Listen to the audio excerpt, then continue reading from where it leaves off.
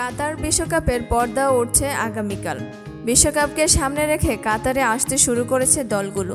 সেই সঙ্গে নিজ দলকে সমর্থন দিতে মধ্যপ্রাচ্যের দেশটিতে আসতে শুরু করেছে সমর্থকরা। কাতার মুসলিম দেশ হওয়ায় বিশ্বকাপ দেখতে আসা নারী সমর্থকদের মেনে চলতে হবে কিছু নিয়মকানুন। নিয়ম ভঙ্গ করলেই হতে পারে জেল। কাতারে আসা বিদেশি সমর্থকদের জানিয়ে দেওয়া হয়েছে খোলামেলা পোশাক পরিধান না করতে। কমপক্ষে কাঁধ ও হাঁটু ঢেকে রাখতে বলা হয়েছে। ব্রিটিশ গণমাধ্যমে ডেইলি স্টারের এক প্রতিবেদনে বলা হয়েছে, দর্শকরা নিজেদের পছন্দের পোশাকই পরতে পারবেন, কিন্তু খোলামেলা ও অশ্লীল পোশাক পরিধান করা যাবে না। শুধু স্টেডিয়াম নয়, যে কোনো জায়গাতেই শরীর ঢাকা পোশাক পরতে হবে নারী সমর্থকদের। কাতার বিশ্বকাপের প্রযুক্তি বিভাগের প্রধান জানান, উচ্চ ক্ষমতা সম্পন্ন ক্যামেরা থাকছে স্টেডিয়ামে। নিষেধাজ্ঞা অমান্য করলেই দোষীকে চিহ্নিত করে আইন অনুযায়ী ব্যবস্থা নেবে প্রশাসন।